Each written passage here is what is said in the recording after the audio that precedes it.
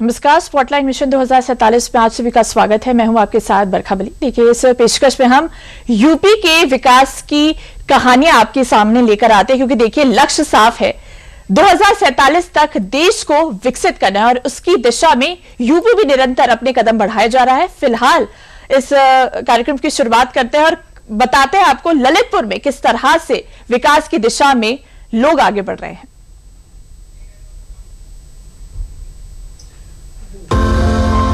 कभी बुंदेलखंड की पहचान सूखे पानी की किल्लत और प्यास से जूझते गांवों के तौर पर होती थी।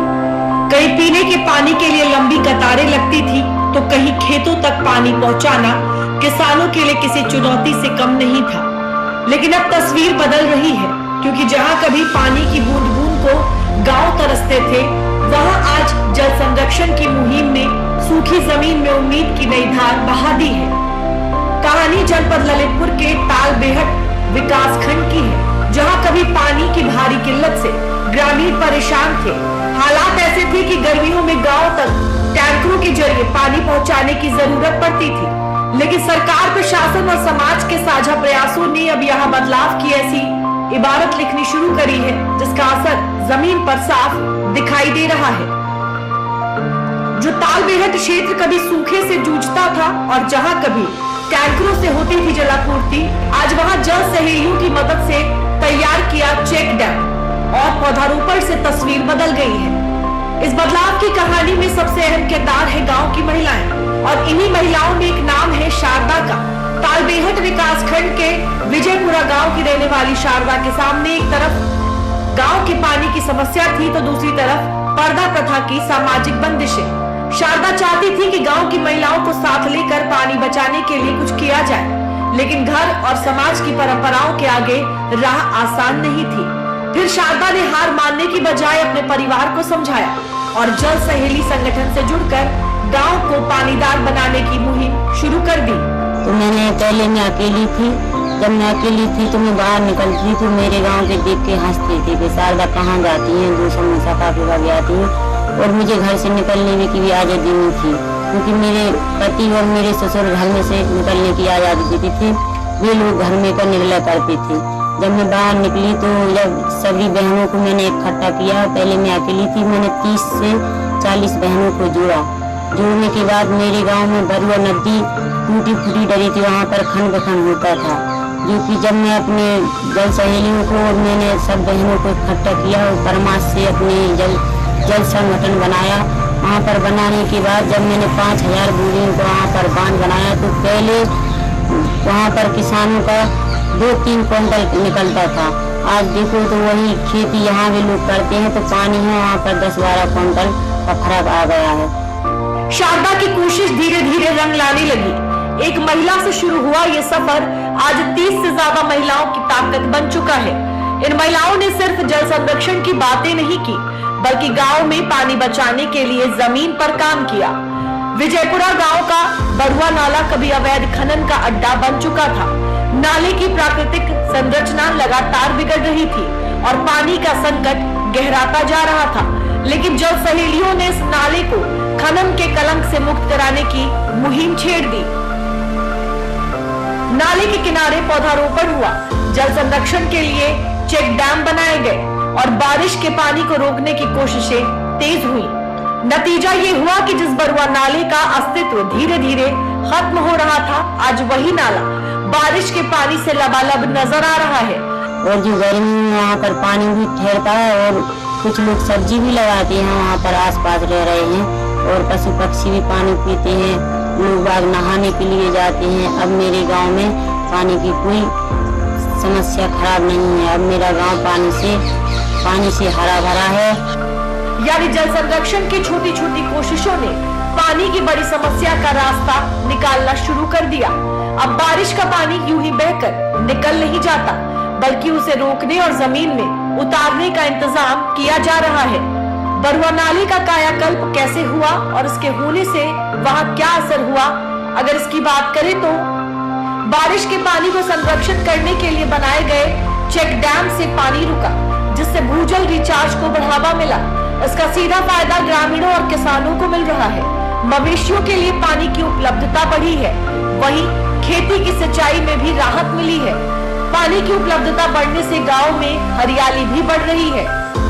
यानी बरुआ नाले का कायाकल्प जल संरक्षण के साथ साथ गांव की तस्वीर बदलने में भी अहम भूमिका निभा रहा है, जहां मवेशियों के लिए पानी उपलब्ध है और खेतों की सिंचाई के लिए पर्याप्त पानी है।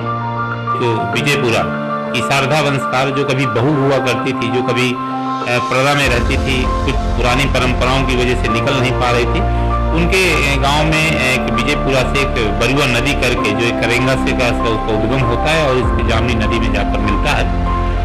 वहाँ पे उसके समय सिंचाई के संसाधन नहीं थे और सिंचाई के अभाव की वजह से उसकी फसल सूख रही थी। उसने एक 30 महिलाओं का एक संगठन बनाया और जाके वहाँ पे 5000 बोरियों का एक डैम बनाया और डैम बनाने के बालू को रख के डाला वहाँ पे पानी हुआ, जहाँ पे कम से कम उसकी खेती की सिंचाई तो हो सकी, लेकिन इसके साथ साथ 250 परिवारों को लाभ मिला। जल सहेलियों की ये मुहिम सिर्फ पानी रोकने तक सीमित नहीं है। इन महिलाओं ने पानी के साथ पर्यावरण को बचाने का भी संकल्प लिया है। गांव में पौधारोपण अभियान चलाए जा रहे हैं। महिलाओं को पर्यावरण संरक्षण के लिए जागरूक किया जा रहा है और त्योहारों को भी पर्यावरण संरक्षण से जोड़ा जा रहा है। तीज हो या रक्षाबंधन, जल सहेलियां इन पर्वों पर पौधों को रक्षा सूत्र बांधकर उनकी सुरक्षा का संकल्प ले रही हैं। रक्षाबंधन के त्योहार पर पेड़ों को रक्षा सूत्र बांधने का कार्य कर रहे हैं, जिसके द्वारा आगे चलकर हमें ऑक्सीजन मिलेगा और पर्यावरण में शुद्धता रहेगी। रक्षाबंधन के आने के बच्चे हम लोग सर्दी दिए पेड़ों को सुरक्षा के लिए वो सूत्र बांध रहे हैं। जल सहेली सब मिलके हम रक्षा कर सकते हैं। जल सहेलियों का संदेश साफ है, अगर पेड़ बचेंगे तो पानी बचेगा और पानी बचेगा तो आने वाली पीढ़ियां सुरक्षित रहेंगी। जल संरक्षण की इस मुहिम ने महिलाओं को सिर्फ पानी बचाने की जिम्मेदारी नहीं दी, बल्कि उन्हें गांव के फैसलों और सामाजिक बदलाव की अगली कतार में भी खड़ा कर दिया है। अब यही महिलाएं गांव-गांव जाकर गोष्ठियां कर रही हैं, सांस्कृतिक कार्यक्रमों के जरिए लोगों को जागरूक कर रही हैं और बुंदेलखंड को पानीदार बनाने का संदेश दे रही हैं। बता दें कि विजयपुरा गांव की इन महिलाओं की सामूहिक पहल का असर सिर्फ विजयपुरा गांव तक ही सीमित नहीं है, बल्कि इन जल सहेलियों से प्रेरित होकर दूसरे इलाकों से आने वाली महिलाएं भी जल संरक्षण और जल स्वच्छता के इस अभियान से जुड़ रही हैं। इसकी जब चर्चा पूरे क्षेत्र में हुई और पूरे क्षेत्र में चर्चा के बाद देखा गया तो कुछ जल सहेलियों ने भी इसकी सीखा सकी और तरह से काम किया। प्रशासन ने देखा, कुछ लोग आए देखने, तो उसी शारदा वंशकार को राष्ट्र से सम्मानित किया गया और वो ऐसी बहन है जो हमारी जल सहेली शारदा वंशकार की अब संगठन के लिए अग्रणी भूमिका निभा रही हैं और गांव-गांव जाके संगठन बनाने का काम कर रही हैं और जल सहेलियों को ट्रेनिंग देने का काम कर रही हैं। दरअसल जनपद ललितपुर में दिख रहा ये बदलाव समाज की जागरूकता और डबल इंजन सरकार के सार्थक प्रयास का ही नतीजा है कि कभी जिस बुंदेलखंड को एक लंबे समय तक पानी की कमी के लिए जाना जाता रहा, आज उसी बुंदेलखंड में अब महिलाएं पानी बचाने की नई पहचान बन रही हैं। शारदा के लिए ये सिर्फ एक अभियान नहीं, बल्कि आने वाली पीढ़ियों को पानी का अधिकार देने की लड़ाई है। सर मैं कहना चाहती हूँ, जितनी मेरी और अन्य गाँव की जल सहेली मेरी बहना सब मिलकर अपने गांव का विकास करें और परमार्थ जल संरक्षण में जुड़ें और उनको मैं अपने सहयोग जैसे मैंने किया है ऐसे अपने गांव को भी वे सब लोग पूरे बुंदेलखंड को हरा भरा बनाए रखें। आज विजयपुरा गांव को जल संरक्षण और पर्यावरण के क्षेत्र में किए गए इन प्रयासों के लिए कई बार सम्मान भी मिल चुका है, लेकिन शारदा और उनकी जल सहेलियों के लिए सबसे बड़ा सम्मान शायद वो तस्वीर है जब बरुआ नाले में पानी दिखाई देता है, जब खेतों तक सिंचाई का पानी पहुंचता है और जब गांव की महिलाएं खुद जल संरक्षण की अगुवाई करती नजर आती हैं। दरअसल ललितपुर की ये कहानी सिर्फ एक गांव, एक नाले या कुछ महिलाओं की कहानी नहीं है। ये उस सोच की कहानी है जहां समाज और सरकार साथ आते हैं, जहां महिलाएं बदलाव की कमान संभालती हैं और जहां पानी की एक एक बूंद को भविष्य की पूंजी माना जाता है। शारदा की कोशिशों ने ये साबित कर दिया है कि बदलाव के लिए हमेशा बड़े संसाधनों की जरूरत नहीं होती, जरूरत होती है मजबूत इच्छा शक्ति की। प्रदेश को पर्यटन हब बनाने की दिशा में योगी सरकार लगातार बड़े कदम उठा रही है। आपको बाराबंकी से खबर दिखाते हैं, जहां एक ऐतिहासिक धरोहर को नई पहचान मिलने जा रही है। देश के महान हॉकी खिलाड़ी पद्मश्री केडी सिंह बाबू की पुश्तैनी हवेली अब स्मृति संग्रहालय के रूप में विकसित होगी। केडी सिंह बाबू की विरासत को नई पीढ़ी तक पहुंचाने के लिए ऐतिहासिक और सांस्कृतिक विरासत को संरक्षित करने के लिए क्या कुछ प्रयास हो रहे हैं, देखिए इस रिपोर्ट में। प्रदेश को पर्यटन हब बनाने की दिशा में योगी सरकार लगातार बड़े कदम उठा रही है। एक ओर अयोध्या, काशी, मथुरा और प्रयागराज जैसे धार्मिक स्थलों को विश्व स्तरीय पहचान दिलाई जा रही है, तो दूसरी ओर प्रदेश की ऐतिहासिक और सांस्कृतिक विरासत को भी संरक्षित कर पर्यटन से जोड़ा जा रहा है। इसी कड़ी में अब बाराबंकी की एक ऐतिहासिक धरोहर को नई पहचान मिलने जा रही है। देश के महान हॉकी खिलाड़ी पद्मश्री केडी सिंह बाबू की पुश्तैनी हवेली अब स्मृति संग्रहालय के रूप में विकसित होगी। बाराबंकी स्थित केडी सिंह बाबू की पुश्तैनी हवेली अब स्मृति संग्रहालय के तौर पर विकसित की जाएगी। हवेली के अधिग्रहण के लिए सरकार 13 करोड़ 30 लाख रुपए की धनराशि पहले ही खर्च कर चुकी है। वहीं संग्रहालय के विकास के लिए करीब 9 करोड़ रुपए पहले ही स्वीकृत हैं और अब परियोजना को और रफ्तार देने के लिए अनुपूरक बजट में अतिरिक्त बजट जारी किया गया है। करीब 36,000 वर्ग फीट में फैली इस हवेली के लिए 2 करोड़ 43 लाख रुपए की अतिरिक्त धनराशि का प्रावधान किया गया है। दरअसल बाराबंकी स्थित इस हवेली की दीवारों में सिर्फ इतिहास नहीं बल्कि एक ऐसा गौरव छिपा है जिसने भारतीय हॉकी को दुनिया के मंच पर पहचान दिलाई। यही वो बड़ी वजह जिसके तहत योगी सरकार अब इस हवेली को धूल से निकालकर नई पीढ़ी के सामने लाने को तैयार है। डबल इंजन सरकार की पर्यटन नीति 2022 और विरासत संरक्षण की मुहिम ने इस हवेली को स्मृति संग्रहालय के रूप में विकसित करने की रफ्तार दी। केडी सिंह बाबू साहब की हवेली को पर्यटन विभाग के माध्यम से अपग्रेड करने का और उसको म्यूजियम में कन्वर्ट करने का कार्यक्रम इस समय बाराबंकी में चल रहा है। हमें उम्मीद है कि लगभग नवंबर-दिसंबर तक वो कार्य पूर्ण हो जाएगा। उसमें कई सारी चीजें हैं, जैसे उनकी मेमोरेबिलिया जो है, उनकी स्मृतियाँ जो हैं वो भी हैं, एक गेस्ट हाउस भी है। हम कोशिश कर रहे हैं वहाँ पे कैफेटेरिया भी बने और इसके अलावा मिनी हॉकी की एक पिच भी बनाई जा रही है, जिससे जो यंगर जनरेशन आएगी या जो बच्चे आएंगे वो भी हॉकी के बारे में जान पाएंगे और केडी सिंह बाबू साहब के बारे में जान पाएंगे। अभी अनुपूरक बजट में भी उसमें हमने एक बाउंड्री वॉल जो कि मतलब थोड़ा आकर्षक हो, इस टाइप की बाउंड्री वॉल का प्रस्ताव भेजा था, वो भी समझा। खास बात यह है कि इस ऐतिहासिक हवेली का जीर्णोद्धार करते वक्त इसके मूल स्वरूप और ऐतिहासिक पहचान को बरकरार रखा जाएगा, यानी पुरानी विरासत भी रहेगी और आधुनिक सुविधाओं के साथ नया आकर्षण भी जुड़ेगा। संग्रहालय में केडी सिंह बाबू के जीवन और संघर्ष की कहानी को प्रमुखता से दिखाया जाएगा। उनके शानदार हॉकी करियर और हासिल की गई उपलब्धियों को भी प्रदर्शित किया जाएगा। दुर्लभ तस्वीरों और उनकी यादों से जुड़ी स्मृतियों के जरिए उनके व्यक्तित्व और योगदान को सामने लाया जाएगा। इसके साथ ही उनकी उपलब्धियों से जुड़ी खास वस्तुओं की प्रदर्शनी भी लगाई जाएगी। आधुनिक गैलरी और संग्रहालय की सुविधाएं इस पूरे अनुभव को और खास बनाएंगे, यानी यहाँ आने वाली पीढ़ियां केडी सिंह बाबू के जीवन को करीब से जान सकेंगी। उनका बचपन, उनका हॉकी सफर, देश के लिए उनकी उपलब्धियां और भारतीय हॉकी में उनके योगदान की कहानी, सब कुछ यहाँ तस्वीरों, प्रदर्शनी और गैलरी के जरिए दिखाया जाएगा।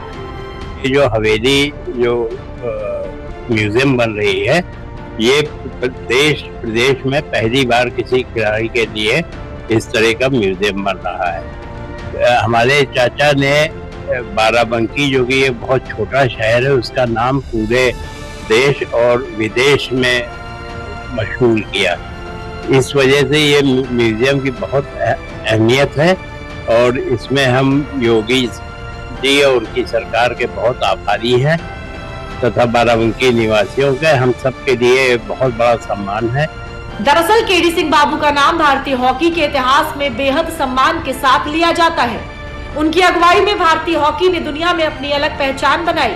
ओलंपिक और अंतर्राष्ट्रीय हॉकी के मैदान पर केडी सिंह के खेल की चर्चा आज भी होती है, लेकिन प्रदेश के बाराबंकी में स्थित उनकी पुश्तैनी हवेली समय के साथ जर्जर होती जा रही है। यही वजह है कि इस ऐतिहासिक हवेली के जीर्णोद्धार का जिम्मा योगी सरकार ने उठाया, जो न सिर्फ विरासत को संवारने की पहल है बल्कि डबल इंजन सरकार की ये पहल पीएम मोदी के उस मंत्र को भी साकार कर रही है, जिसके तहत मोदी सरकार ने विरासत भी विकास भी के विजन को संकल्प माना है। फ्रेंड्स, दुनिया ने वो दौर भी देखा है जब विकास की दौड़ में विरासत को नजरअंदाज किया जाने लगा था, लेकिन आज का युग कहीं ज्यादा जागरूक है। भारत का तो विजन है विकास भी विरासत भी। बाराबंकी स्थित केडी सिंह बाबू की हवेली को स्मृति संग्रहालय में तब्दील करने की ये कोशिश सिर्फ एक पुरानी हवेली की दीवारों को बचाने की नहीं है, बल्कि इन दीवारों में छिपी उस कहानी को भी सहेजने की है जिसने भारतीय हॉकी को दुनिया के मंच पर नई पहचान दिलाई। केडी सिंह बाबू देश के बहुत बड़े सितारे हैं और हमारे जनपद में होने की वजह से हम लोगों को गर्व है। उनकी कोठी का एक पारिवारिक विवाद चल रहा था जिसमें कोठी नीलामी के कगार तक पहुंच गई थी। उत्तर प्रदेश के हमारे मंत्री जी ने इसमें पहल की और कोठी को ले लेने का निर्णय उनके माध्यम से हुआ और उसको एक संग्रहालय के रूप में डेवलप किया जा रहा है, जिसके लिए उन्होंने कोठी की खरीदारी के समय लगभग 13 करोड़ 30 लाख की कीमत परिवार वालों को मिली और उसके बाद कोठी में जो रिनोवेशन का काम हो रहा है, कोठी के जो निर्माण का कार्य चल रहा है, उस पर लगभग 9 करोड़ रुपया उत्तर प्रदेश शासन द्वारा दिया गया है, जो कि काम जारी है। और अभी जो अनुपूरक बजट पास हुआ है उसमें भी 2.5 करोड़ रुपया कोठी के संग्रहालय बनने में किसी प्रकार की धन की कमी ना हो उसके लिए मिला हुआ है। यही नहीं, डबल इंजन सरकार की इस पहल का फलसफा ये होगा कि आने वाले समय में बाराबंकी भी विश्व पर्यटन के मानचित्र में तेजी से चमकेगा, जहां सांस्कृतिक विरासत संरक्षण के साथ साथ पर्यटन का अनूठा संगम होगा। दरअसल केडी सिंह बाबू की हवेली संग्रहालय में तब्दील होने के बाद यहां देश विदेश के अलग अलग हिस्सों से लोग पहुंच सकते हैं। इससे स्थानीय परिवहन, होटल, खान पान और छोटे कारोबार को भी फायदा मिलने की उम्मीद है। यानी विरासत संरक्षण के साथ साथ स्थानीय अर्थव्यवस्था को भी नई रफ्तार मिल सकती है।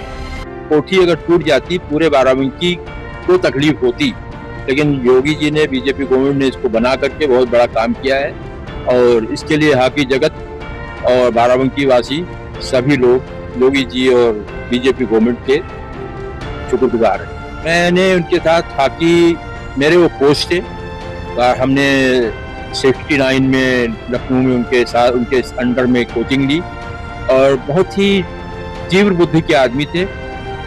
आदमी को के खेल को देख करके फौरन पहचान लेते थे ये आदमी कैसा खेलेगा, कितना खेलेगा। सरकार का तो सराहनीय कार्य है। हम लोगों ने पहले ही इसके तारीफ की थी कि मुख्यमंत्री जी ने बहुत अच्छा कदम उठाया कि खिलाड़ियों के लिए एक प्रेरणा स्रोत बनेगा। लगभग 9 करोड़ उस समय आया था, अब शायद 2.5 करोड़ और आ रहा है अनुपूरक बजट में, तो 12 करोड़ पर्याप्त है और कम पड़ेगी तो सरकार अगर चाहेगी तो और दे देगी और उसको जो है अच्छी तरह से उपयोग होना चाहिए। दरअसल सरकार की कोशिश है कि प्रदेश की ऐतिहासिक धरोहरें सिर्फ इतिहास के पन्नों में दर्ज होकर ना रह जाएं, बल्कि उन्हें पर्यटन के नए केंद्र में बदला जाए। केडी सिंह बाबू की हवेली भी इसी सोच का हिस्सा है, जहां विरासत संरक्षण के साथ पर्यटन और स्थानीय अर्थव्यवस्था को बढ़ावा देने की संभावना है। इसीलिए तो पूरी दुनिया आज भारत की ओर आशा भरी निगाहों से देख रही है और आशा भरी निगाहें आज तो प्रधानमंत्री मोदी जी के नेतृत्व में पूरे देश के अंदर है। विरासत भी है तो विकास भी है। कुल मिलाकर केडी सिंह बाबू की पुश्तैनी हवेली का संग्रहालय में बदलना सिर्फ एक इमारत का कायाकल्प नहीं है, ये उस महान खिलाड़ी की विरासत को संजोने की कोशिश है जिसने हॉकी के मैदान पर देश का नाम रोशन किया। अब उनकी हवेली इतिहास को अपने भीतर समेटे हुए नई पीढ़ी को उस गौरव की कहानी सुनाएगी और बाराबंकी को पर्यटन के नक्शे पर एक नई पहचान दिलाएगी।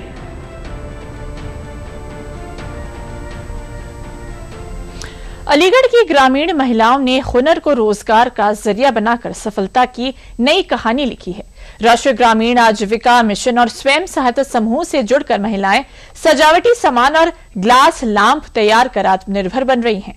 स्थानीय बाजारों और मेलों में इनके उत्पादों की बढ़ती मांग ने नई उम्मीद जगाई है। कपूरदानी और जो नग चिपटाते हैं फेविकॉल लगा करके, वो हम सब लोग बनाते हैं। अच्छी आमदनी हुई। पहली बार गए थे तो 2.5 लाख रुपए की आमदनी हुई थी। दूसरी बार गए उसमें 1 लाख रुपए की। दूसरी बार गए तो तीसरी बार तो उधर 1.5 लाख रुपया। और आमदनी सही हो रही है दीदी के संग, सरकार तरफ से धन्यवाद। ये हैं अलीगढ़ की ईशावती और रजनी, जिनकी सरकारी मदद के बाद तस्वीर और तकदीर दोनों बदल सी गई है। आज ये महिलाएं न सिर्फ आत्मनिर्भर हैं बल्कि हजारों महिलाओं के लिए मिसाल भी बन चुकी हैं। तस्वीरें अलीगढ़ के गंगोरी ब्लॉक की हैं, जहां गांव की इन महिलाओं ने अपने हुनर को रोजगार का जरिया बना लिया है। कभी घर की चारदीवारी तक सीमित रहने वाली ये महिलाएं आज आकर्षक सजावटी सामान तैयार कर रही हैं और इसी हुनर से अपनी आमदनी बढ़ाकर लखपति दीदी बनने की राह पर आगे बढ़ रही हैं। दरअसल गंगीरी की इन महिलाओं ने अम्बेडकर स्वयं सहायता समूह से जुड़कर आत्मनिर्भरता की ऐसी पटकथा लिखी है जो दूसरी महिलाओं की नजीर बन गई है। घर के काम के साथ साथ ये महिलाएं सजावटी सामान तैयार करती हैं और फिर इन्हें स्थानीय बाजारों से लेकर सरस मेलों तक बेचती हैं। गंगीरी ब्लॉक की महिलाएं राष्ट्रीय ग्रामीण आजीविका मिशन के तहत आत्मनिर्भर बन रही हैं। ये महिलाएं अम्बेडकर स्वयं सहायता समूह से जुड़ी हैं और सजावटी सामान तैयार कर रही हैं। ग्लास लैंप और दूसरे डेकोरेटिव आइटम तैयार करके लाखों की कमाई कर रही हैं। इनके द्वारा बनाए गए उत्पादों की मांग खूब है। समूह के अध्यक्ष ईशावती बताती है कि कभी वे एक सामान्य गृहिणी थी। घर का खर्च पूरी तरह पति की आय पर निर्भर था, लेकिन एक दिन उनके एक रिश्तेदार ने स्वयं सहायता समूह बनाने के लिए प्रेरित किया। ईशावती को यह पहल पसंद आई और उन्होंने गांव की अन्य महिलाओं को जोड़कर अम्बेडकर स्वयं सहायता समूह का गठन किया, जहां ईशावती ने अपने साथ जुड़ी महिलाओं को हुनर सिखाने में अहम भूमिका निभाई है। कपूरदानी है, लैंप है, परस है, कपूरदानी और जो नग चिपटाते हैं फेविकोल लगा करके, वो हम सब लोग बनाते हैं और हमने सरकार ने हमारे लिए काम दिया, उनको लिए धन्यवाद। समूह से जुड़कर ईशावती ने 50,000 का लोन लिया, जिससे काम चालू किया। आज अलीगढ़ स्थित इस अम्बेडकर स्वयं सहायता समूह से करीब 10 महिलाएं जुड़ी हैं, जो मिलकर आकर्षण डेकोरेटेड आइटम तैयार करती हैं। दरअसल इन महिलाओं के हाथों में हुनर था, आंखों में सपना था और मेहनत करने का जज्बा था। कमी थी तो बस सही मार्गदर्शन और ट्रेनिंग की। ऐसे में इनके जीवन में उजियारा लाई राष्ट्रीय ग्रामीण आजीविका मिशन योजना, जिसके तहत महिलाओं को SHG से जोड़कर आत्मनिर्भर बनाया जा रहा है। ये हमारे सेल्फ हेल्प ग्रुप्स एक तरह से गरीबों, खास करके महिलाओं की आर्थिक उन्नति का आधार बने। आज आप किसी भी सेक्टर को देखें तो आपको वहां पर महिलाएं बहुत बड़ी संख्या में काम करते हुए दिखेंगी। दीनदयाल अंत्योदय योजना, राष्ट्रीय ग्रामीण आजीविका मिशन, इस योजना को सभी राज्यों में शुरू किया गया है। पीएम मोदी के नेतृत्व में शुरू की गई ये योजना आज उन करोड़ों महिलाओं के लिए एक लाइफ लाइन बनी है, जो महिलाएं अपने आप को एक उद्यमी के तौर पर देखना चाहती थी। गंगीरी हमारे एस्पिरेशनल ब्लॉक में लगभग 1600 से अधिक समूह की 18,000 से अधिक महिलाएं भी विभिन्न उत्पादक गतिविधियों में लगी हुई हैं।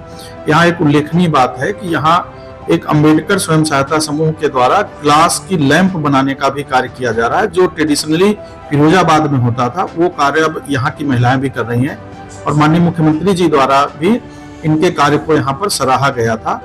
इस समूह के द्वारा विभिन्न सरस मेलों में लखनऊ, बनारस, पटना और अन्य जगहों के मेलों में इनके द्वारा प्रतिभाग किया गया है। अभी ट्रेड सेंटर के कार्यक्रम में भी ये महिलाएं जा रही हैं। दरअसल इन महिलाओं की बनाई चीजों में सबसे खास है ये खूबसूरत डेकोरेटेड ग्लास लैंप। कभी लैंप को बनाने के लिए फिरोजाबाद जाना पड़ता था, लेकिन अब अलीगढ़ के गंगीरी में ही इन महिलाओं ने इसे तैयार करने का हुनर सीख लिया है, जिसका फलसफा ये है कि जिस काम के लिए कभी दूसरे शहर का रुख करना पड़ता था, आज वही काम गाँव में बैठकर किया जा रहा है। अम्बेडकर स्वयं सहायता समूह से जुड़ने के बाद महिलाओं की तस्वीर बदली। अब घर के काम के साथ साथ महिलाएं अपने हुनर को भी वक्त दे पा रही हैं। महिलाएं रोजगार और परिवार दोनों के बीच बेहतर तालमेल बना पा रही हैं। मैं दीदी के साथ काम करती हूँ। उस काम में लैंप बनते हैं, गिलास बनते हैं, बरस बनता है और क्या कहते हैं, दीदी का काम सही चल रहा है और आमदनी सही हो रही है दीदी के संग, सरकार तरफ से धन्यवाद। इन महिलाओं की बनाई गई ग्लास लैंप की मांग सिर्फ गांव तक सीमित नहीं है, बल्कि स्थानीय बाजारों के साथ साथ सरस मेलों और विभागीय मेलों में भी इनके उत्पादों के स्टॉल लगाए जा रहे हैं, जहां लोग इनके बनाए सामान को पसंद कर रहे हैं और खरीद भी रहे हैं। महिलाओं के द्वारा प्रति माह 60 से 70 हजार की बिक्री की जा रही है और महीने में 20 से 30 हजार रुपए की इनको आय भी प्राप्त हो रही है। तो इस तरीके से अन्य समूह भी विभिन्न उत्पादक गतिविधियों में लगे हुए हैं और इससे महिलाओं की जो आर्थिक भूमिका है, जो आर्थिक स्तर है, उसमें सतत सुधार हो रहा है। दरअसल स्वयं सहायता समूह ने ग्रामीण महिलाओं के लिए सिर्फ बचत और छोटे कारोबार का रास्ता नहीं खोला, बल्कि उन्हें आर्थिक रूप से आत्मनिर्भर बनाने का काम भी किया है। अलीगढ़ के गंगेरी में अम्बेडकर स्वयं सहायता समूह की महिलाएं इसका उदाहरण हैं। इस विकासखंड का एक बहुत अच्छा समूह है अम्बेडकर स्वयं सहायता समूह, जो बिसौरा ग्राम पंचायत में है, जिसकी पूरी 10 महिलाएं मिलकर के डेकोरेटिव ग्लास लैंप बनाने का काम करती हैं। वो ग्लास लाती हैं, उसके बाद उस पर डेकोरेटिव आइटम को चिपका करके उसके अंदर लाइट को जोड़ करके वो बहुत अच्छा एक आइटम बनता है, जो पहले केवल फिरोजाबाद में बनता था, लेकिन अभी ये हमारे यहाँ नवाचार के रूप में प्रयोग किया गया है।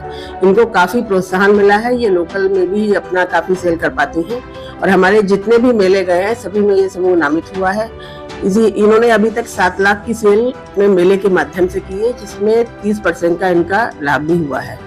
अभी तक ये बनारस में, बिहार में, अपना लोकल अलीगढ़ में इन्होंने लगाया है मेला। इसके अलावा ये नोएडा के लिए भी नामित है। तो ये समूह काफी उत्साहित है इस काम को लेकर के, सभी महिलाएं मिलकर के कर रही हैं। अभी पिछले साल यहाँ पर माननीय मुख्यमंत्री जी भी आए थे, तो उनके आगमन पर यहाँ स्टॉल लगाए थे एनआरएम के, जिसमें उन्होंने गंगेरी के इस समूह की बहुत ज्यादा सराहना की। दरअसल राष्ट्रीय ग्रामीण आजीविका मिशन स्वरोजगार को बढ़ावा देने और ग्रामीण गरीबों को संगठित करने पर केंद्रित है। केंद्र सरकार की योजना का उद्देश्य गरीब महिलाओं को स्वयं सहायता समूह में संगठित करना और उन्हें स्वरोजगार के लिए सक्षम बनाना है। आज जनपद अलीगढ़ में 19,792 स्वयं सहायता समूह बनाए गए हैं। 7,72,020 महिलाएं लखपति दीदी बनी, 15,015 को रिवॉल्विंग फंड, 14,566 समूहों को सामुदायिक निवेश निधि और 14,265 समूहों को बैंक ऋण प्रदान कर सशक्त बनाया गया है। जिले में 3 FPO भी कार्यरत हैं, जिसमें महिलाओं को गांव में ही रोजगार मिल रहा है और इनकी आमदनी भी अच्छी हो रही है। कुल मिलाकर अलीगढ़ के गंगेरी की महिलाओं ने साबित कर दिया है कि अगर हुनर को सही मंच और बाजार मिल जाए तो गाँव की चौखट ही कारोबार का केंद्र बन सकती है। आज अम्बेडकर स्वयं सहायता समूह की महिलाएं अपने हाथों में सिर्फ सजावटी सामान नहीं बना रही हैं, बल्कि अपने परिवार का भविष्य और अपनी नई पहचान भी कर रही हैं। तो देखिए, विकास की ऐसी कहानियां आगे भी जारी रहेंगी। फिलहाल स्पॉटलाइट मिशन 2047 में मेरे साथ अभी के लिए बस इतना ही। देखते रहिए दूरदर्शन उत्तर प्रदेश। नमस्कार।